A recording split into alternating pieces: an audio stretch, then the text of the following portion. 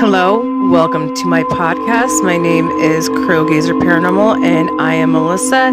Please enjoy yourself. We're talking about the history of Bachelor's Grove. The settlers in Bachelor's Grove began as late of 1820s, the large number of the immigrants arriving in 1830s and 1840s. The settlers were generally American Yankees of English, Irish, and Scottish descent, most who came here from New York. Germanic origin began in the late 1840s, becoming the predominant nationality of immigrants in the area better than next 50 years.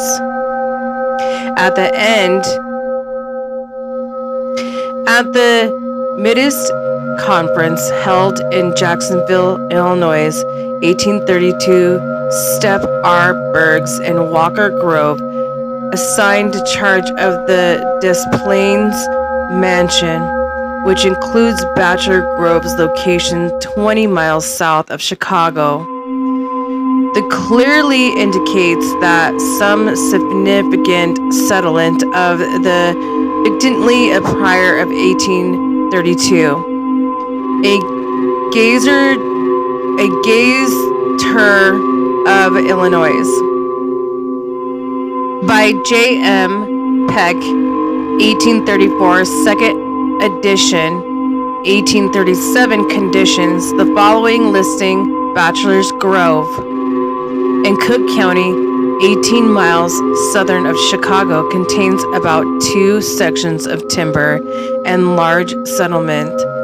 Most of the early settlement in the area occurred near timberland, which supplied materials and constructions were grassland, prairies, and easier to break and cultivate. I hope everyone is enjoying the story so far. I am enjoying it, and let's continue. Most of the stands of timber in the area assumed the name of one of the early families in the settlement near them. In the Victintly, Walker Grove, Gooding Grove, Cooper Grove, Blackstone Grove are just few of the timberlands named after individuals of families. As these other groves, it is believed that the settlement was named from the family and one of the earliest settlers near the stand of timber. Most of the bachelors' families were known and have been living in Rich Township by 1885, and it was extremely likely to Bachelor's Grove receiving the name of this family. According to the claims of Stephen H. Rexford, Stephen H. Rexford settled the Grove in 1833. 1834, the settlement was named the Group 4 single men, including himself, who settled there, and thus Bachelor's Grove. Ferdinand Scapter's 1917 manuscript provided small cutting nothing about 1834 and 1833. Several bachelors, among whom the Stephen of H. Rexford, L.A.B. Williams, and possible one or more Bartons, settled there to perfect entitled government land, as they were as single men, kept Bachelor's Hall, and place became to Bachelor's Grove. It is about 4 miles southwest Blue Island chapter. I don't know how to say that name, sorry. Including the names about 60 individuals who noted settlers near the Bachelor's Grove between 1833 and 1850. However, provided noted Bachelor's Grove's name apparently was already an established use prior to arrival to Mr. Rexford. Stepford Rexford established the first post in the Victory Bachelor Grove in 1843 and 1851. James H. Ress map of Cook during the counties and identifies the woods of Bachelor's Grove. In 1851, James H. Ress map, and it shows a map on here, but we're not going to show that in there. Stephen Rexford was involved in the organization and named township government of Cook County in 1850. At the time, the former Bachelor's Grove post office remained Bremen by Postmaster Samuel Eviden recognition and the new township name in which the post office is located. This post office again changed the name to Bachelor's Grove. In 1855, the request of Postmaster Robert Patrick and ultimately discounted in 1858. Bachelor's Grove variation appears in 1872 map of the area. From information gathering, early records and maps in Bachelor's Grove settlement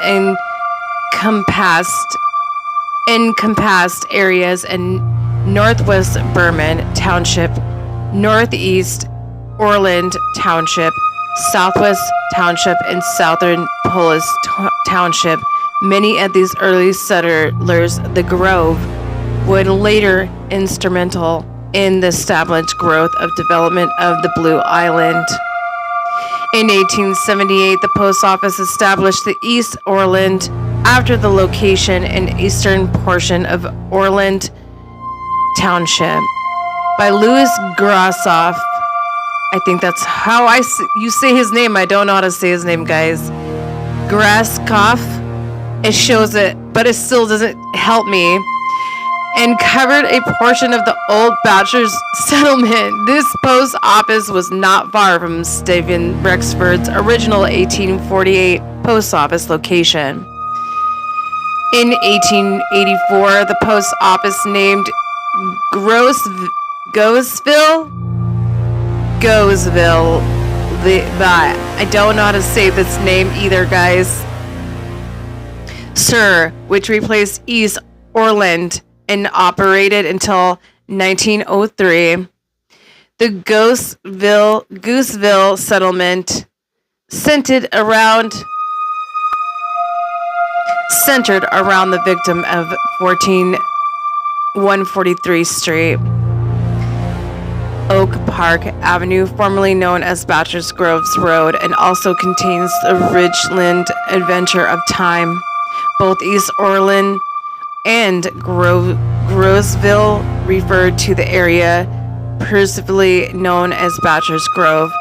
Integrally, Gooseville, I don't know how to say that, and I'm gonna just don't know how to say that, guys. Can still seen in many current maps and gas letters of areas also founded in 1859. Trinity of Lutheran churches and sorry, I'm just laughing because of it. Tindley Park and known as the time to the Church of Bachelor's Grove. Bachelor's Grove Imaginary Courtney is of Market Rehang. Although now inactive, Bachelor's Grove Cemetery is the oldest cemetery in the South Cook County. Its legal location description is 1 acre and 1/2 of the northwest and 1/4 section of 8 township and 36 range of 13 east. Of the third principal, Meriden Bowman Township, Cook County, Illinois, or the symbol of its across 4.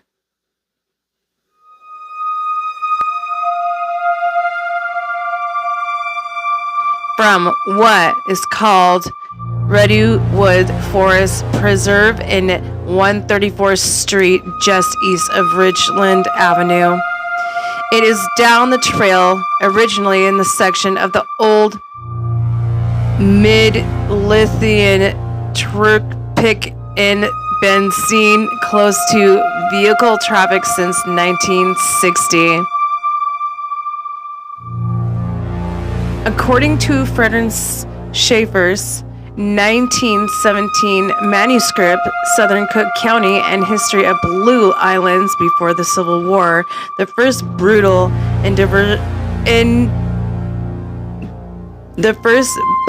of Eden's Cemetery at Bachelor's Grove of the Eliza Miss Leonard H. Scott on November 1844.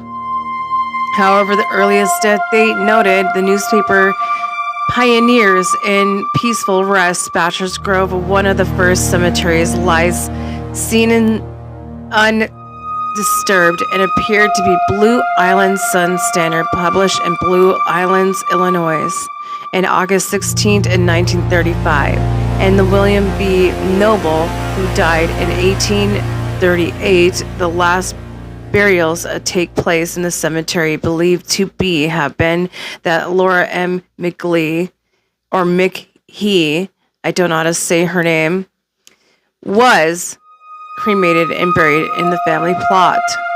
Pioneers of Peaceful Rest. The first legal record of the cemetery occurred when Edward M. Everden sold his property in the area of Frederick Schmidt in 1864, reviling settling aside of these graveyards. So we're talking about graveyards, how this started, all of that. So let's get into what happens there. Bachelor's Grove Cemetery is a small abandoned acre burial ground of Malden, Illinois, hidden within the woods forest and preserved. It holds 81 plots and widely recognized as one of the most haunted locations in the United States.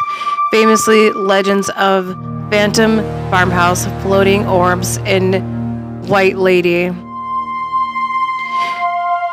All right, so the surrounding areas of settling of 1830 by English, Scottish, Irish immigrants named the organ of debate. Some historical suggest that Grove was named after pioneer family of bachelors, while popular lore claims the name for the group of the single bachelors who initially settled in the area. The first records of the burial was Elizabeth Scott. And then 1844, however, some suggestions the site has been used earlier of barrier laborers who died while building the Illinois-Chicago Canal.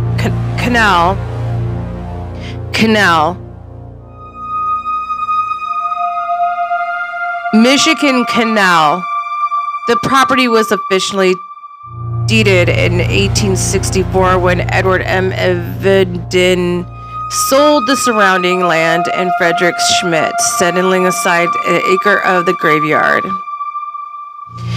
As disturbing as Chicago grew as the settlement around the cemetery died out, burial slowed in the mid-20th century, and the last traditional burial took place in 1965. The routine nearby Malden, I think that's how you say it, Mid-Othin Turnpike in 1950s in the cemetery isolated. Sorry if I did not know how to say that. During the 1960s and 1970s, the cemetery suffered extensive vandalism and the grave desecration. Teenagers used the isolate grounds and hangout spots, breaking tombstones, defeating graves, in some cases tossing headstones into Agent Quarry Pond. So we're getting into the paranormal legends now. So let's get into this right now. Due to isolation history and mob body dumping, new rumors, and severe vandalism, and the cemetery became the hotbed of supernatural lore. The most prominent legend includes the Vanishing House, Visitors frequently report seeing glowing two-story white farmhouse and disappears as it gets closer. The Madonna of Bachelor's Grove, a woman dressed entirely in white, sometimes seen wandering the grounds with a baby believed in to be tied to the cemetery infant daughter's grave. Floating orbs, sights of the glowing blue, red, and yellow lights hovering around the nearby quarry pond, which some paranormal researchers have dubbed will-o'-the-wisp of the phantom energy. Whisper real, guys. The ghost photos. In 1991, members of the Ghost Research Scientists of Illinois captured the famous photo. Miss Laura Rogers' located legend suggests she may be the ghost of the woman who died in the historical house fire with her baby, leading her spirit entirely searching for a child. The infinite daughter. Many ghost hunters link the apparitions to real weather. His headstones in the cemetery similarly reads that the daughter, the spirit of the morning, searching for her babies buried there. Beyond the White Lady, the cemetery, which dates back in 1830s, deeply documented history paranormal claims the famous photography taken by the Ghost Research Society in 1991 captured the translucent woman sitting on an old gravestone. Various also reports witnessing a vanished house. And we already talked about all this stuff, guys. This has been over 100 years. This is in Chicago. And this was the paranormal history of Bachelor's Grove. So, what they see is blue lights, the caretaker, disappearing house, the farmhouse, Madonna's Bachelor's Grove, phantom dog, red lights, the hook, yellow man. So they see so many different things in the cemetery, you guys, and it's pretty cool. I may go there in the future. We'll see what happens. And I'm glad that I read the history to that to you guys, because we learn a lot of things about the paranormal stuff, you know, and I want to thank everyone for watching me. This is Crowgazer Paranormal. I am Melissa, and I will see you again next time. Thank you for joining my podcast, you guys. I am so grateful. Wait a minute, I'm not leaving yet. I'm going to do another video next Sunday, but I want to thank everyone for joining me on my podcast and liking it and trying to find me. I'm over here on YouTube, guys, so continue watching me on YouTube. All my community members over on TikTok, please come and see me on YouTube and watch my videos and subscribe and like and share and do all of that.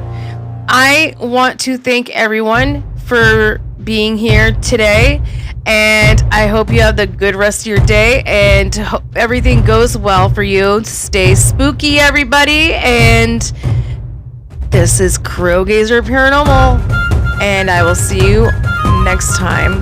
Bye, guys. See you. Bye. I'll see you later.